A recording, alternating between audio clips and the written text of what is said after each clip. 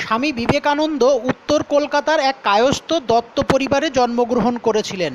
এই দত্ত পরিবারের আদি নিবাস ছিল অধুনা ভারতীয় প্রজাতন্ত্রের পশ্চিমবঙ্গ রাজ্যের বর্ধমান জেলার কালনা মহকুমার অন্তর্গত দত্ত ডেরিয়াটোনা বা দত্ত ডেরেটোনা গ্রাম।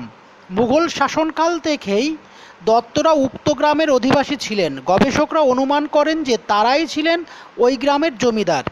অষ্টাদশ শতাব্দীতে দত্ত পরিবারের সদস্য রামনিধি দত্ত, তার পুত্র রামজীবন দত্ত ও পৌত্র রামসুন্দর দত্তকে নিয়ে গড়গোবিন্দপুর গ্রামে, অধুনা কলকাতার ফোর্ট উইলিয়াম ও ময়দান অঞ্চল, সেখানে চলে আসেন। ফোর্ট উইলিয়াম দুর্গ নির্মাণের কাজ শুরু হলে উক্ত এলাকার অন্যান্য বাসিন্দাদের সঙ্গে দত্তরাও সুতানুটি গ্রাম, বর্তমানে যেটি উত্তর কলকাতা, সেখানে চলে আসেন। এখানে প্রথমে তারা মধুরায়ের গলিতে একটি বাড়িতে বাস করতেন। ৩ নম্বর গৌরমোহন মুখোপাধ্যায়ের স্ট্রিটের যে বাড়িতে বিবেকানন্দ জন্মগ্রহণ করেছিলেন সেই বাড়িটি নির্মাণ করেন রামসুন্দর দত্তের জ্যেষ্ঠ পুত্র রামমোহন দত্ত। রামমোহন দত্তের জ্যেষ্ঠ পুত্র দুর্গাপ্রসাদ দত্ত ছিলেন বিবেকানন্দের পিতামহ। তিনি সংস্কৃত ও ফার্সি ভাষায় পণ্ডিত ছিলেন। 25 বছর বয়সে একমাত্র পুত্র বিশ্বনাথ দত্তের জন্মের পর তিনি সন্ন্যাস গ্রহণ করে গৃহত্যাগ করেন। বিশ্বনাথ দত্ত দুর্গাপ্রসাদের কনিষ্ঠ ভ্রাতা কালীপ্রসাদ কর্তৃক প্রতিপালিত হয়েছিলেন। তিনি ছিলেন কলকাতা হাইকোর্টের অ্যাটর্নি। বিশ্বনাথ দত্ত বাংলা, ফার্সি, আরবি, উর্দু, হিন্দি ও সংস্কৃত ভাষা শিখেছিলেন। সাহিত্য, ইতিহাস ও ধর্মগ্রন্থ পাঠে তার বিশেষ আগ্রহ ছিল। ধর্ম বিষয়ে তিনি উদার ছিলেন। বাইবেল ও দেওয়ানি হাফিজ ছিল তার প্রিয় বই। তিনি সুলোচনা 1880 ও শিষ্টাচার পদ্ধতি বাংলা ও হিন্দি ভাষায় 1882 নামে 2টি বই রচনা করেছিলেন। ঈশ্বরচন্দ্র বিদ্যাসাগরের বিধবা বিবাহ প্রথা প্রবর্তনের সমর্থনে তিনি প্রকাশ্যে মত প্রকাশ করেছিলেন। দুর্গাপ্রসাদের সংসার ত্যাগের পর কালীপ্রসাদের অমিতব্যয়িতায় দত্ত পরিবারের আর্থিক স্বাচ্ছল্য নষ্ট হয়েছিল, কিন্তু অ্যাটর্নি রূপে বিশ্বনাথ দত্তের সুদূর প্রসারিত খ্যাতি সেই স্বাচ্ছল্য কিয়দংশে ফিরিয়ে আনতে সক্ষম হন। তার স্ত্রী ভুবনেশ্বরী দেবী ছিলেন সিমলার নন্দলাল বসুর মেয়ে। তিনি বিশেষ ভক্তিমতী নারী ছিলেন। তার প্রথম কয়েকটি সন্তানের মৃত্যু ও কন্যা সন্তানের জন্মের পর পুত্র সন্তান কামনায় তিনি তার এক কাশীবাসিনী আত্মীয়াকে কাশীর বিশ্বনাথ মন্দিরে নিত্য পুজো দেওয়ার ব্যবস্থা করেন। এরপর স্বামী বিবেকানন্দের জন্ম হওয়ায় তার বিশ্বাস হয় যে তিনি শিবের কৃপায় পুত্রলাভ করেছেন। পিতার প্রগতিশীল ও যুক্তিবাদী দৃষ্টিভঙ্গি ও মায়ের ধর্মপ্রাণতা বিবেকানন্দের চিন্তা ও ব্যক্তিত্ব গঠনে বিশেষ সহায়ক হয়েছিল। স্বামী বিবেকানন্দ জন্মগ্রহণ করেন 1863 খ্রিস্টাব্দের 12ই জানুয়ারি, বাংলা 1269 সনের পৌষ সংক্রান্তির দিনে। জন্মস্থান কলকাতার শিমুলিয়া। তার বাবার নাম বিশ্বনাথ দত্ত, কলকাতা হাইকোর্টের অ্যাটর্নি। মা ভুবনেশ্বরী দেবী। তিনি ছিলেন দ্বিজে ভক্তিপরায়ণা, স্নেহশীলা ও উচ্চমনা। শিবের কৃপায় পুত্রলাভ করেন বলে ছেলের নাম রাখেন বীরেশ্বর, আদর করে ডাকেন বিলে। অন্নপ্রাশনের সময় নামকরণ হয় বিবেকানন্দ। বিবেকানন্দ পড়াশুনো করেন মেট্রোপলিটন ইনস্টিটিউশন ও প্রেসিডেন্সি কলেজে এবং 1884 খ্রিস্টাব্দে বিএ পাশ করেন জেনারেল অ্যাসেম্বলিজ থেকে। আইন পড়ার সময় তার বাবার মৃত্যু হয়, ফলে আর্থিক অনটন শুরু এবং পড়াশুনোয় ইতি টানতে হয় তাকে। সংসারের অভাব মোচনের জন্য শিক্ষকতা শুরু করেন মেট্রোপলিটন স্কুলে। ইতিমধ্যে তার মানসলোকের নানা পরিবর্তন লক্ষিত হয়। বিশেষত কলেজে পড়ার সময় থেকে রামমোহন রায়ের বেদান্ত দর্শন তাকে এমন প্রভাবিত করে যে শেষ পর্যন্ত ব্রাহ্ম সমাজের সভ্য হন। রামকৃষ্ণ পরমহংসদেবের সঙ্গে সাক্ষাৎ হয় এফএ পড়ার সময় এবং তখনই আকৃষ্ট হন তার দ্বারা। ক্রমেই তারই কাছে মানব সেবায় দীক্ষা নেন।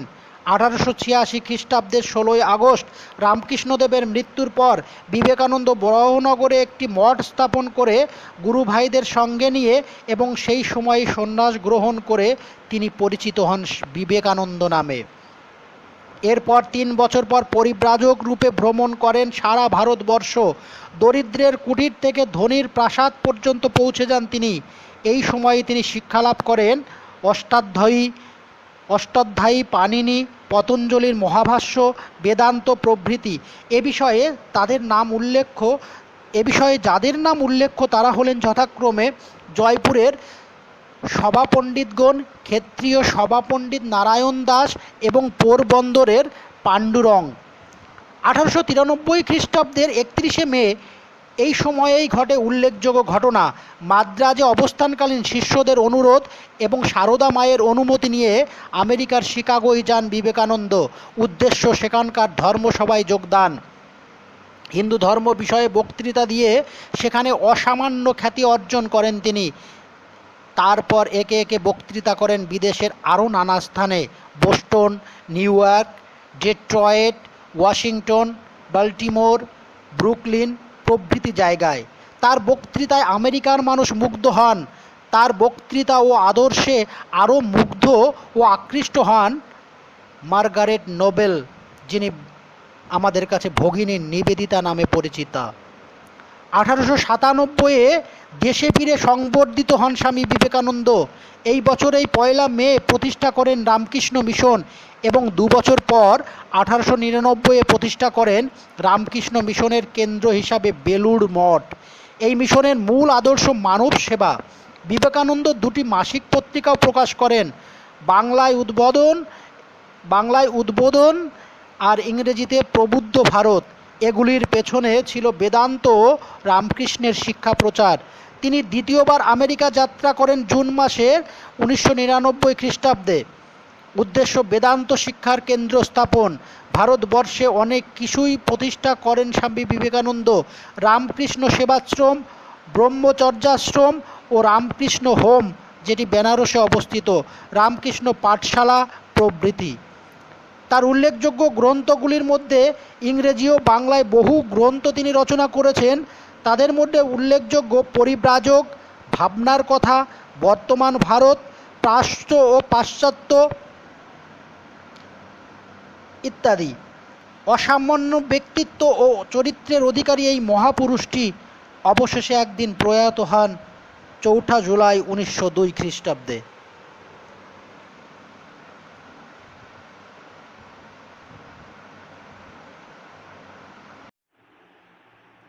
স্বামীজি 1893 সালে শিকাগো ধর্ম সম্মেলনে তার বিখ্যাত শিকাগো বক্তৃতা দেন। এই বিখ্যাত বক্তৃতার ফলে প্রাচ্যের বহু মানুষের মনে ভারতবর্ষ তথা সুপ্রাচীন বৈদিক সভ্যতা সম্পর্কে নতুন ধারণার সৃষ্টি হয়।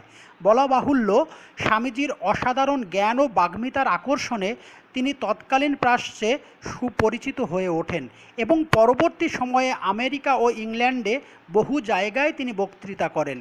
স্বামীজির প্রধান উদ্দেশ্য ছিল তার গুরু শ্রী রামকৃষ্ণ পরমহংসদেবের ভাবধারায় ও আদর্শে একটি মঠ প্রতিষ্ঠা করা এবং সেই মঠের দ্বারা শিবজ্ঞানে জীব সেবার মাধ্যমে ভারতবর্ষের উন্নতি সাধন করা। কিন্তু মঠ ও মিশন প্রতিষ্ঠা করার মতো আর্থিক বল ও লোকবল তার ছিল না। প্রাচ্যে নানান স্থানে থাকার সময় তার বহু মানুষের সাথে পরিচিতি হয় এবং তাদের মধ্যে বেশ কিছু মানুষ তাকে সাহায্য করতে এগিয়ে আসেন। এদের মধ্যে অন্যতম ছিলেন মিস মার্গারেট এলিজাবেথ নোবেল, যিনি পরবর্তী সময়ে আমাদের কাছে ভগিনী নিবেদিতা নামে পরিচিত হন।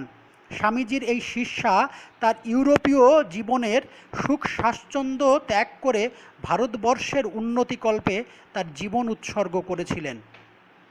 বর্তমান পাঠ্য চিঠিটি স্বামীজি 1897 সালে আলমোড়া থেকে মিস মার্গারেট নোবেলকে লিখছেন। মিস নোবেল বেদান্ত ভাবধারায় উদ্বুদ্ধ হয়ে ভারতবর্ষে আসবেন বলে মনস্থির করেছেন। এই চিঠিতে স্বামীজি মিস নোবেলকে তৎকালীন ভারতবর্ষের পরিস্থিতি এবং তার কাজ সম্পর্কে সম্যক ধারণা দেবার চেষ্টা করেছেন। মূল চিঠিটি ইংরেজি ভাষায় লেখা হয়েছিল। আমরা চিঠিটির বঙ্গানুবাদ আমাদের পাঠ্যে পড়েছি। আরও একটা কথা আমাদের মনে রাখা প্রয়োজন, যে সময়ে এই চিঠিটি লেখা হয়েছে তখন যোগাযোগের একমাত্র মাধ্যম ছিল চিঠি। দেশের মধ্যে এক স্থান থেকে অন্য স্থানে চিঠি যেতেই সময় লাগতো বহুদিন, আর এক দেশ থেকে অন্য আর এক দেশে চিঠি যেত জাহাজের মাধ্যমে, তাই মাসের পর মাস লাগতো একটা চিঠি প্রেরকের কাছ থেকে প্রাপকের কাছে পৌঁছাতে। আজকের ইন্টারনেট ও মোবাইল ফোনের যুগে দাঁড়িয়ে আমাদের কাছে চিঠি একটা কল্পনা মাত্র। তাই মূল বিষয়ে যাবার আগে তোমাদের তৎকালীন স্লথ যোগাযোগ ব্যবস্থার কথা মাথায় রাখা বিশেষ প্রয়োজন।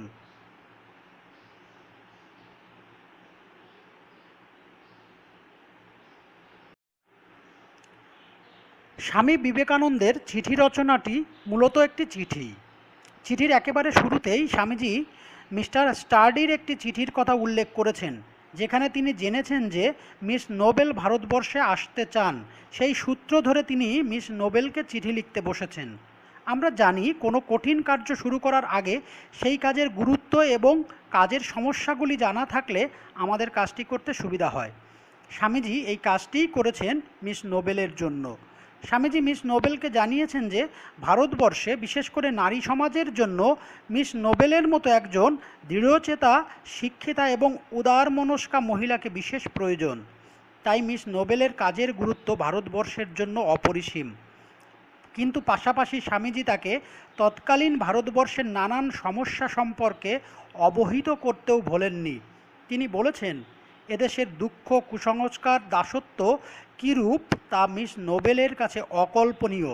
এদেশের অধিকাংশ নরনারী অর্ধ উলঙ্গ, তাদের জাতি এবং স্পর্শ সম্পর্কে নানান কুসংস্কার আছে।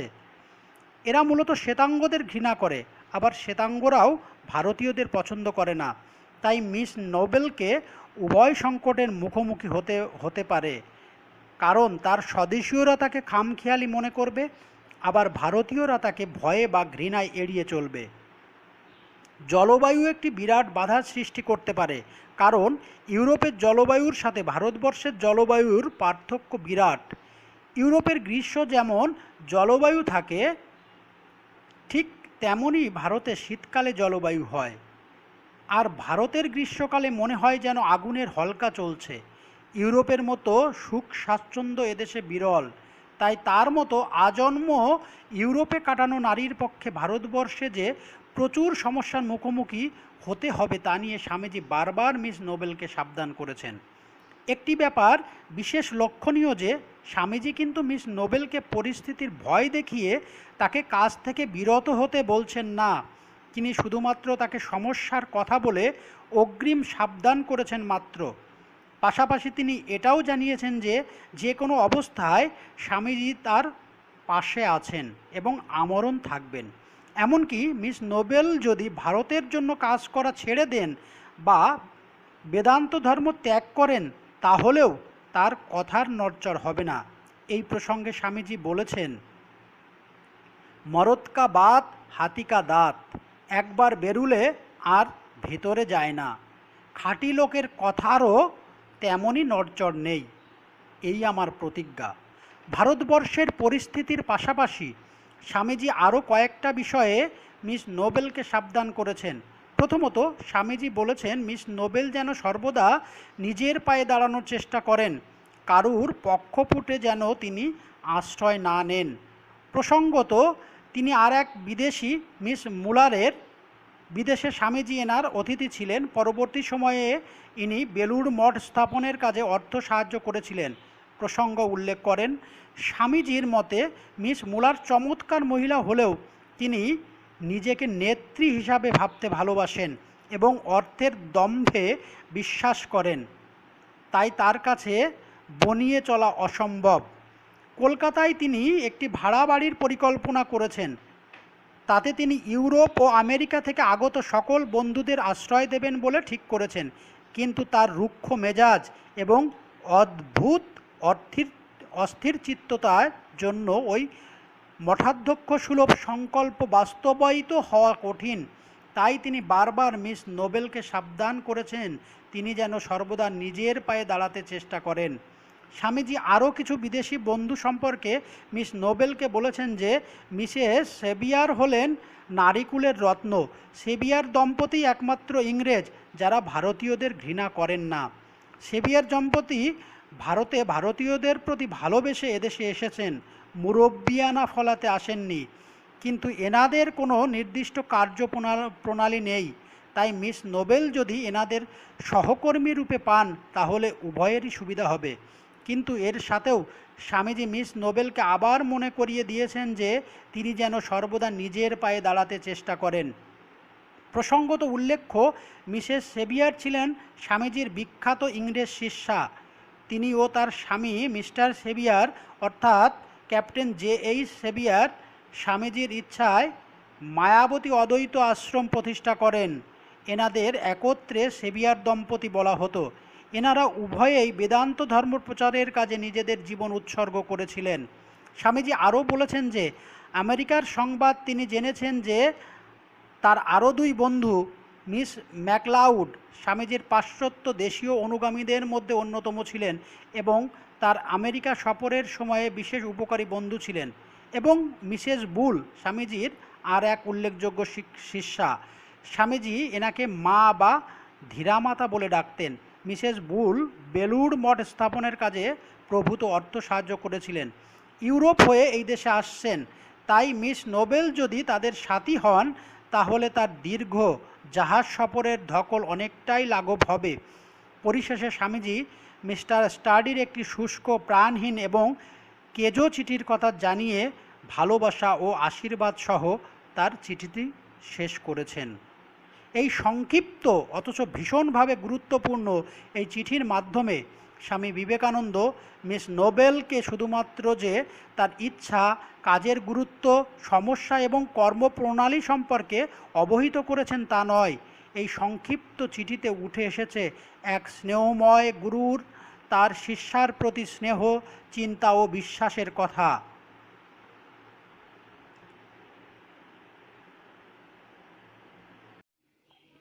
স্বামীজির চিঠিটি লেখা হয়েছিল কোন তারিখে? উত্তর 29শে জুলাই 1897 খ্রিস্টাব্দ। স্বামীজি চিঠিটি লিখেছেন কোথা থেকে? উত্তর আলমোড়া থেকে। চিঠি রচয়িতা বিবেকানন্দ কাকে চিঠি লিখেছেন? উত্তর মিস নোবেলকে। স্বামী বিবেকানন্দ চিঠির প্রারম্ভে কি সম্বোধন দিয়ে শুরু করেছেন? উত্তর কল্যাণিয়া সম্বোধন দিয়ে শুরু করেছেন। স্টাডির পুরো নাম কি? উত্তর মিস্টার E.T. স্টাডি অর্থাৎ মিস্টার এডওয়ার্ড টরন্টো স্টাডি। পরের প্রশ্ন, মিস মুলারের পুরো নাম কি? উত্তর মিস হেনরিয়েটা মুলার। পরের প্রশ্ন, তোমাকে খোলাখুলি বলছি, এখানে বক্তা ও শ্রোতাকে। বক্তা হলেন স্বামী বিবেকানন্দ এবং শ্রোতা হলেন মিস নোবেল। পরের প্রশ্ন, একজন প্রকৃত সিংহীর প্রয়োজন। সিংহী বলতে লেখক কাকে বুঝিয়েছেন? উত্তর মিস নোবেলকে বুঝিয়েছেন। কেল্টিক কি? উত্তর প্রাচীন ইউরোপীয়। পরের প্রশ্ন, তাদের জাতীয় স্পর্শ সম্বন্ধে বিকট ধারণা। তাদের বলতে লেখক কাদের কথা বলেছেন? উত্তর ভারতীয় অর্ধ উলঙ্গ অসংখ্য নরনারীর কথা বলেছেন। পরের প্রশ্ন, তারাও এদের খুব ঘৃণা করে। তারা কারা? তারা বলতে এখানে শ্বেতাঙ্গদের কথা বলা হয়েছে। পরের প্রশ্ন, প্রত্যেকটি গতিবিধি সন্দেহের চোখে দেখবে।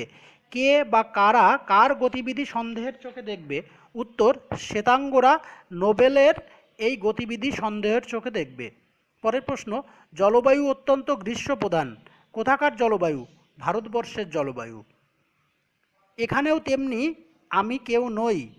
আমি কে? এখানে আমি বলতে স্বামী বিবেকানন্দ। পরের প্রশ্ন, কর্মে ঝাঁপ দেবার পূর্বে বিশেষভাবে চিন্তা করো। কার কোন কর্ম? উত্তর ভগিনী নিবেদিতার ভারতবর্ষের কল্যাণ সাধনের কর্মের কথা বলা হয়েছে। পরের প্রশ্ন, মরদ কি বাত কথাটির অর্থ কি? এর কথাটির অর্থ হলো পুরুষের কথা, অর্থাৎ এখানে পুরুষের কথা বলা হয়েছে। হাতিকা দাঁত কিসের তুলনা? উত্তর পুরুষ মানুষের সঙ্গে তুলনা করা হয়েছে, অর্থাৎ পুরুষ মানুষের কথার। পরের প্রশ্ন, তিনি আজন্ম নেত্রী। তিনি কে? তিনি বলতে মিস মুলারকে বলা হয়েছে। তার সঙ্গে বনিয়ে চলা অসম্ভব। তার বলতে লেখক কাকে ইঙ্গিত করেছেন? উত্তর মিস মুলারকে ইঙ্গিত করেছেন। পরের প্রশ্ন, কিন্তু তার মঠাধ্যক্ষ সুলভ সংকল্পটি দুটি কারণে কখনো সফল হবে না। কারণ দুটি কি কি? উত্তর তার রুক্ষ মেজাজ আর তার অদ্ভুত অস্থির চিত্ততা। পরের প্রশ্ন, নারীকুলের রত্ন বিশেষ। কে নারীকুলের রত্ন? উত্তর মিসেস সেভিয়ারের কথা বলা হয়েছে। পরের প্রশ্ন, তুমি এলে তোমার সহকর্মী রূপে তাদের পেতে পারো। তাদের বলতে কাদেরকে ইঙ্গিত করেছেন লেখক? উত্তর সেভিয়ার দম্পতির উল্লেখ করেছেন লেখক। সেভিয়ার দম্পতির পুরো নাম কি? সেভিয়ার দম্পতি হলেন ক্যাপ্টেন জে.এইচ সেভিয়ার এবং তার স্ত্রী মিসেস সেভিয়ার। তাদের পুরো নাম হলো ক্যাপ্টেন জন হেনরি সেভিয়ার এবং তার স্ত্রী মিসেস শার্লট সেভিয়ার। এরপরের প্রশ্ন, যারা এদেশীয়দের ঘৃণা করেন না, যারা বলতে লেখক কাদের বলেছেন? উত্তর, লেখক এখানে সেভিয়ার দম্পতির কথা বলেছেন। পরের প্রশ্ন, চিঠি রচনায় বিবেকানন্দ কাদের শরৎকালে ভারত পরিভ্রমণে আসার কথা বলেছেন? উত্তর, মিস ম্যাকলাউড এবং মিসেস বুলকে। পরের প্রশ্ন, সেই পারি ফ্যাশনের পোশাক পরিহিতা মহিলাটি কোন মহিলার কথা বলা হয়েছে? উত্তর, মিস ম্যাকলাউডের কথা বলা হয়েছে। মিসেস বুলের বয়স কত? উত্তর, মিসেস বুলের বয়স 50 বছর। পরের প্রশ্ন, তিনি আমেরিকায় আমার বিশেষ উপকারী বন্ধু ছিলেন, বন্ধুটি কে? বন্ধুটি হলেন মিসেস বুল। পরের প্রশ্ন, কিন্তু চিঠিটি বড় শুষ্ক এবং প্রাণহীন, কার চিঠি? এখানে স্টাডির চিঠির কথা বলা হয়েছে। পরের প্রশ্ন, চিঠি রচনাটি প্রকৃতপক্ষে কোন ভাষায় লেখা? উত্তর, ইংরাজি ভাষায় লেখা। পরের প্রশ্ন, স্বামী বিবেকানন্দের এই চিঠিটি কত সংখ্যক? উত্তর, 164 সংখ্যক। পরের প্রশ্ন, ভারতের কাজে তোমার এক বিরাট ভবিষ্যৎ রয়েছে, এখানে তোমার বলতে কাকে বোঝানো হয়েছে? উত্তর, এখানে তোমার বলতে মিস নোবেলকে বোঝানো হয়েছে। পরের প্রশ্ন, এই আমার প্রতিজ্ঞা, প্রতিজ্ঞাটি কার উদ্দেশ্যে? প্রতিজ্ঞাটি মিস নোবেলের উদ্দেশ্যে। পরের প্রশ্ন, চিঠি রচনায় স্বামীজি নোবেলকে সম্ভাষণ করেছেন কি বলে? চিঠি রচনায় স্বামীজি নোবেলকে সম্বোধন করেছেন কল্যাণিয়া বলে। পরের প্রশ্ন, চিঠি রচনায় স্বামী বিবেকানন্দ ভারতবর্ষের জলবায়ু সম্পর্কে কি বলেছেন? উত্তর, চিঠি রচনায় স্বামী বিবেকানন্দ ভারতবর্ষের জলবায়ু সম্পর্কে বলেছেন অত্যন্ত গ্রীষ্মপ্রধান জলবায়ু এখানে। পরের প্রশ্ন, মিসেস বুলের অবস্থান কোন দেশে? উত্তর, বস্টন, অর্থাৎ বস্টনে তার অবস্থান। পরের প্রশ্ন, একমাত্র ইংরেজ বলতে স্বামী বিবেকানন্দ কাকে বা কাদের ইঙ্গিত করেছেন? উত্তর, সেভিয়ার দম্পতিকে। পরের প্রশ্ন, ম্যাকলাউড আর বুলের সংবাদ স্বামী বিবেকানন্দ কোথা থেকে পান? উত্তর, আমেরিকা থেকে। পরের প্রশ্ন, তাতে এ পত্রখানিও আবশ্যক হয়ে পড়েছে, কার কোন পত্রের কথা এখানে বলা হয়েছে? উত্তর, মিস নোবেলের উদ্দেশ্যে বিবেকানন্দের পত্রের কথা বলা হয়েছে। পরের প্রশ্ন, আলমোড়া কোথায় অবস্থিত? উত্তর, আলমোড়া উত্তরপ্রদেশে অবস্থিত। পরের প্রশ্ন, স্টাডির চিঠি থেকে বিবেকানন্দ কি জানতে পেরেছেন? উত্তর, স্টাডির চিঠি থেকে বিবেকানন্দ জানতে পেরেছেন ভগিনী নিবেদিতা ভারতে আসতে চান এবং সব কিছু চাক্ষুষ করতে চান, এটাই তার দৃঢ় সংকল্প। পরের প্রশ্ন, কাল তার উত্তর দিয়েছি, কে কার উত্তর দিয়েছেন? স্বামী বিবেকানন্দ স্টাডির প্রাপ্ত চিঠির উত্তর দিয়েছেন। পরের প্রশ্ন, কাল তার উত্তর দিয়েছি, কাল বলতে কোন দিনের কথা উল্লেখ করেছেন লেখক? উত্তর, কাল বলতে লেখক 28শে জুলাই 1897 এর কথা বলেছেন। পরের প্রশ্ন, চিঠি রচনায় বিবেকানন্দ মিস মুলারের কাছ থেকে কি জানার কথা বলেছেন? উত্তর, চিঠি রচনায় বিবেকানন্দ মিস মুলারের কাছ থেকে ভগিনী নিবেদিতার কর্মপ্রণালী সম্পর্কে জানার কথা বলেছেন। পরের প্রশ্ন, এখন আমার দৃঢ় বিশ্বাস হয়েছে যে, বক্তার দৃঢ় বিশ্বাসটি কি? উত্তর, বক্তার দৃঢ় বিশ্বাস ভারতের কাছে ভগিনী নিবেদিতার এক বিরাট ভবিষ্যৎ আছে। পরের প্রশ্ন, একজন প্রকৃত সিংহীর প্রয়োজন কি জন্য প্রয়োজন? উত্তর, ভারতবর্ষের জন্য, বিশেষত ভারতবর্ষের নারী সমাজের কল্যাণের জন্য নিবেদিতার মতো একজন সিংহীর প্রয়োজন। পরের প্রশ্ন, তুমি ঠিক সেই রূপ নারী, সেই রূপ বলতে কী রূপ? সেই রূপ বলতে লেখক ভগিনী নিবেদিতার শিক্ষা, ঐকান্তিকতা, পবিত্রতা, অসীম ভালোবাসা, চারিত্রিক দৃঢ়তা ইত্যাদি গুণের কথা বলেছেন। পরের প্রশ্ন, যাকে আজ প্রয়োজন, কাকে আজ কেন প্রয়োজন? ভগিনী নিবেদিতাকে প্রয়োজন, কারণ তার মধ্যে এমন অনেক মহৎ গুণ আছে যা দিয়ে তিনি ভারতবর্ষের নারী সমাজের কল্যাণকর্ম সম্পাদন করতে পারবেন। পরের প্রশ্ন, কিন্তু বিঘ্ন আছে বহু, কি জন্য এই বিঘ্ন? উত্তর, ভারতবর্ষের কল্যাণ সাধন করতে গেলে সহজে সে কাজ সম্পন্ন হওয়া দুষ্কর, সেজন্য এই বিঘ্নের প্রসঙ্গ।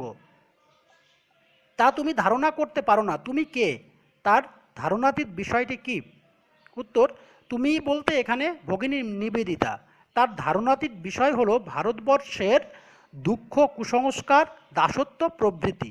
পরের প্রশ্ন, তাদের জাতীয় স্পর্শ সম্বন্ধে বিকট ধারণা, তারা কারা? তাদের জাতীয় স্পর্শ সম্পর্কে ধারণাটি বিকট কেন?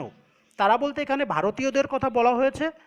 তাদের ধারণাটি বিকট হওয়ার কারণ তারা জাতের উঁচু নিচু সম্পর্কে বিশ্বাসী। দ্বিতীয়ত, স্পর্শ বা ছোঁয়াছুঁয়ির ক্ষেত্রেও নানা রকম বাছবিচার করেন তারা। পরের প্রশ্ন, শ্বেতাঙ্গদের সম্পর্কে ভারতীয়দের ভয় বা ঘৃণা কেন? উত্তর, ভারতীয়দের শ্বেতাঙ্গ সম্পর্কে ভয় বা ঘৃণা থাকার নানা কারণ, যেমন তারা অত্যাচারী, সাম্রাজ্যবাদী, সর্বোপরি তারা তাদের জাত ধর্ম বিনষ্ট করতে পারে। পরের প্রশ্ন, শ্বেতাঙ্গরা তোমাকে খামখেয়ালি মনে করবে এবং প্রত্যেকটি গতিবিধি সন্দেহের চোখে দেখবে। কার উদ্দেশ্যে বক্তা একথা বলেছেন? কেনই বা এরূপ বলেছেন?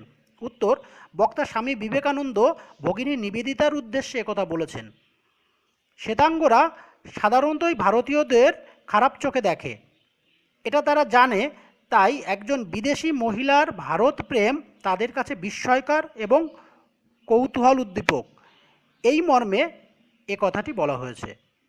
এদেশের প্রায় সব জায়গায় শীতই তোমাদের গ্রীষ্মের মতো, বিষয়টি স্পষ্ট করো। ভারতবর্ষের শীত ইউরোপীয়দের কাছে নগণ্য, কারণ সেখানে শীত অত্যন্ত বেশি, তাই এদেশের শীত বিদেশিদের গ্রীষ্মকালের মতো। পরের প্রশ্ন, আর দক্ষিণাঞ্চলে তো সর্বদাই আগুনের হলকা চলছে, দক্ষিণাঞ্চল বলতে লেখক কি বুঝিয়েছেন? উত্তর, দক্ষিণাঞ্চল বলতে লেখক ভারতবর্ষের দক্ষিণ রাজ্যগুলির কথা বুঝিয়েছেন। পরের প্রশ্ন, এসব সত্ত্বেও যদি তুমি কর্মে প্রবৃত্ত হতে সাহস করো, এসব কি? উত্তর, ভারতবর্ষের গ্রীষ্মপ্রধান জলবায়ু আর শহর ছাড়া ইউরোপীয় সুখ স্বাচ্ছন্দ্যহীন গ্রাম অঞ্চলকেই লেখক এসব বলেছেন। পরের প্রশ্ন, তবে অবশ্য তোমাকে শতবার স্বাগত জানাচ্ছি। বক্তা কাকে কেন স্বাগত জানাচ্ছেন? উত্তর, বক্তা ভগিনী নিবেদিতাকে স্বাগত জানাচ্ছেন, কারণ নিবেদিতা ভারতবর্ষের কল্যাণ সাধনের জন্য এদেশে আসতে চান। পরের প্রশ্ন, আমাকে আমরণ তোমার পাশেই পাবে। কে কাকে একথা বলেছেন, কেন বলেছেন? উত্তর, স্বামী বিবেকানন্দ ভগিনী নিবেদিতাকে একথা বলেছেন। নিবেদিতা ভারতেরই কল্যাণ সাধনের জন্য এসে যদি কাজে বিফল হন অথবা বিরক্ত হন, সেজন্যই তিনি একথা বলেছেন। এরপরের প্রশ্ন, একবার বেরুলে আর ভিতরে যায় না, কোন বিষয়ে বক্তা একথা বলেছেন? উত্তর, পুরুষ মানুষের কথা, যা হাতির বেরোনো দাঁতের সঙ্গে তুলনা করেছেন লেখক, সেই প্রসঙ্গে লেখক এ কথাটি বলেছেন। পরের প্রশ্ন, এই আমার প্রতিজ্ঞা। কার কি প্রতিজ্ঞা? ভগিনী নিবেদিতার ভারতের কল্যাণ সাধন কর্মে স্বামী বিবেকানন্দ তার পাশে আমরণ থাকবেন, এই মর্মে নিবেদিতাকে দেওয়া কথাই তার প্রতিজ্ঞা। পরের প্রশ্ন, বিবেকানন্দ নিবেদিতাকে কার সম্পর্কে সাবধান হতে বলেছেন? উত্তর, বিবেকানন্দ নিবেদিতাকে মিস মুলার সম্পর্কে সাবধান হতে বলেছেন। পরের প্রশ্ন, চিঠি রচনায় মিস মুলার সম্পর্কে বিবেকানন্দ কি বলেছেন? উত্তর, মিস মুলার জানেন তিনি আজন্ম নেত্রী, আর তাই দুনিয়াটাকে ওলটপালট করার জন্য টাকা ছাড়া অন্য কিছুর প্রয়োজন নেই। এছাড়া তিনি মেজাজে রুক্ষ এবং অদ্ভুত চঞ্চলমতি। পরের প্রশ্ন, মিস মুলারের মঠাধ্যক্ষ সুলভ সংকল্প কি কারণে ব্যর্থ হবে? উত্তর, তার রুক্ষ মেজাজ আর তার অদ্ভুত অস্থির চিত্ততার জন্য মঠাধ্যক্ষ সুলভ সংকল্প ব্যর্থ হবে। পরের প্রশ্ন, চিঠি রচনায় নারীকুলের রত্নবিশেষকে তার কি গুণ দেখেছেন লেখক?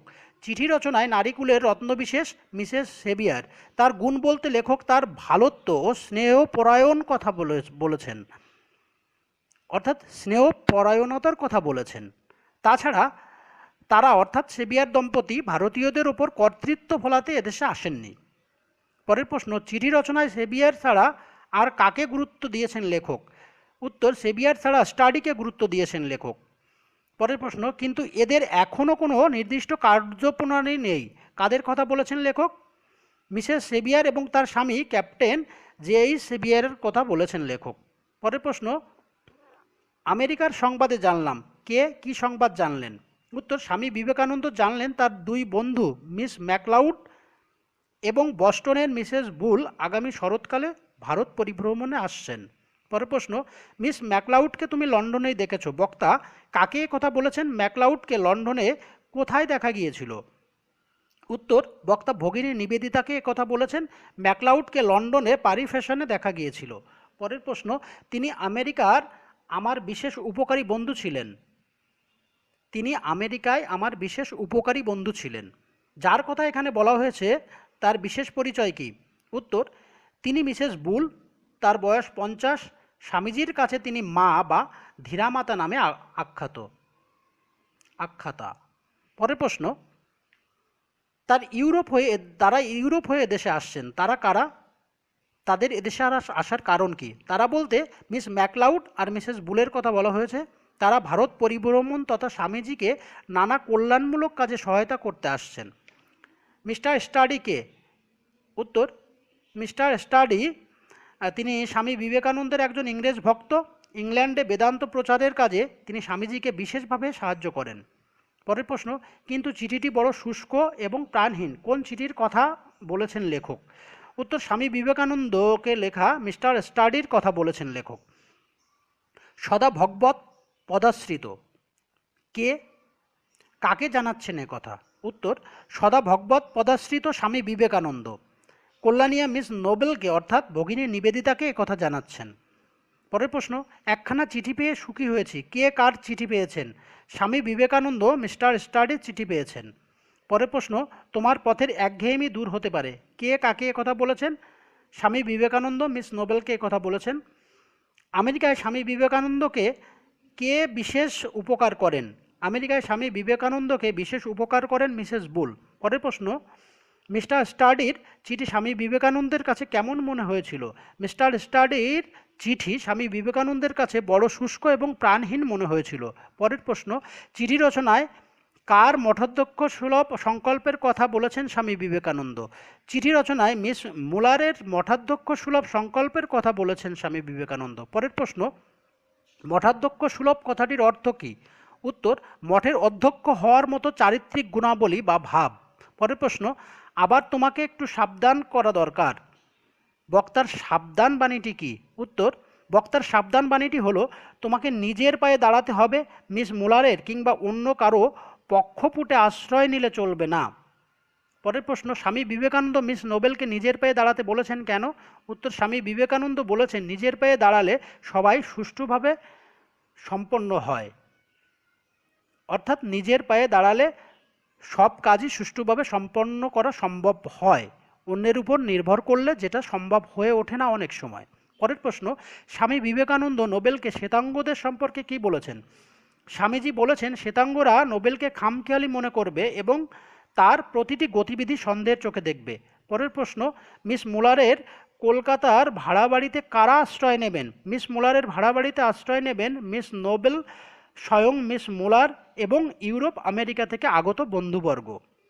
মোটামুটি চিঠি থেকে অর্থাৎ স্বামী বিবেকানন্দের চিঠি রচনা থেকে অতি সংক্ষিপ্ত উত্তরধর্মী প্রশ্ন উত্তর রূপে এগুলোই গুরুত্বপূর্ণ, এগুলোর মধ্য থেকেই সবই পেয়ে যাবে।